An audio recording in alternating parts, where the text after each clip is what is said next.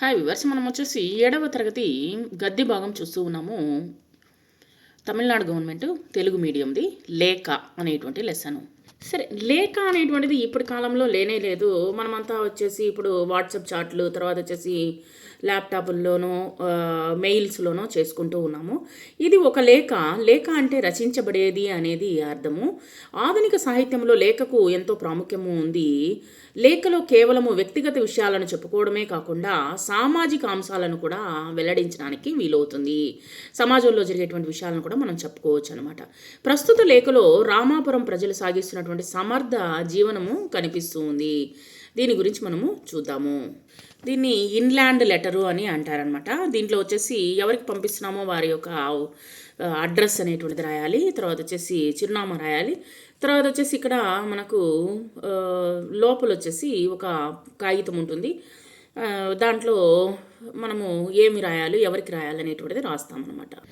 తేదీ, స్థలము, ఎక్కడి నుంచి రాస్తున్నాము. రామాపురం గ్రామ అధ్యక్షులకు నమస్కారము. నేను మా పాఠశాల పని నిమిత్తము మీ గ్రామంలో 10 రోజులు ఉన్నాను.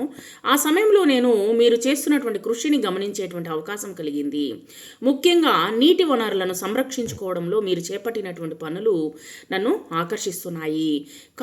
కొళాయిల్లో వచ్చేటువంటి నీటిని ఎక్కడ ఎవరు దుబారా చేయడం లేదు. నీళ్లు పట్టుకున్న వెంటనే కుళాయిని మూసివేస్తూ ఉన్నారు. ఒక్కచోటే కాదు, గ్రామం అంతటా ఆ జాగ్రత్తను కనిపించింది. దీనివల్ల నీరు అనేటువంటిది వృధాగా పోదు. మనము చాలామంది ఏం చేస్తూ ఉంటారు, నీటిని వేస్ట్ చేస్తూ ఉంటారు అన్నమాట. రోడ్ సైడ్లో కానీ చూసినట్లయితే కొళాయి తిప్పేసి అట్లాగే వెళ్ళిపోతూ ఉంటారు. లేదా నీళ్ళు వచ్చేసి కారుతూ ఉంటుంది. అక్కడ ఎవరికి మనము అక్కడ పోయి చెబుదాము ఈ మాదిరిగా ప్రాబ్లం ఉంది అనేటువంటిది ఎవరు చేయరు అనమాట. ఎందుకంటే నీరు అనేటువంటిది చాలా ముఖ్యమైనటువంటిది. ఈ కాలఘట్టంలో పంట పొలాల్లో చాలా చోట్ల బిందు వ్యవసాయము, డ్రిప్ ఇరిగేషన్ అనేటువంటిది చేపట్టారు. నీటి వాడకను జాగ్రత్తగా చూపి ఉన్న నీటిని సమర్థవంతంగా వాడుకుంటూ ఉన్నారనమాట అందరూ. నేను ఒక గ్రామస్తుడితో మాట్లాడాను. అతడు చెప్పినటువంటి సమాచారం ప్రకారము ప్రతి సంవత్సరము వానాకాలానికి ముందు నెలల్లో చెరువులు పూడికలు తీస్తున్నారు, చెరువుల గండు సరిచేయించున్నారు. దీనితో వాన నీరు వృధా కాకుండా నిల్వ ఉంటుంది. గ్రామ ప్రజలకు, గ్రామంలోని పంట పొలాలకు ఎంతగానో ఉపయోగపడుతుంది. గండి తెగిపోయేటువంటి పరిస్థితి రాకుండా ఉంటుంది. ఈ విధంగా మీరు జాగ్రత్త పడుతున్నారు.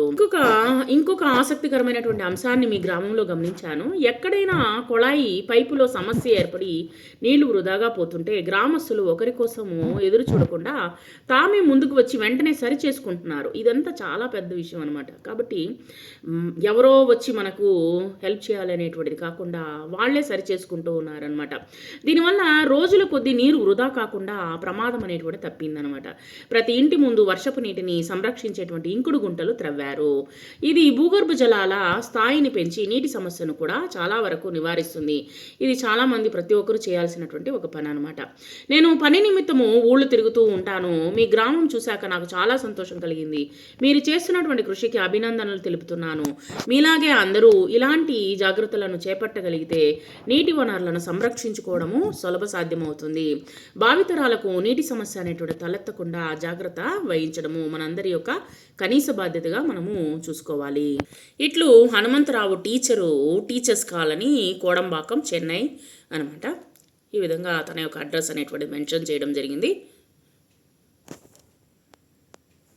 తర్వాత అర్థాలు చూడండి. సంరక్షించుకోవడం అంటే కాపాడుకోవడము, దుబారా అంటే వ్యర్థం చేయడము, భూగర్భ జలమట్టము అంటే భూమి లోపలి పార్లలో ఉన్నటువంటి జలమట్టము.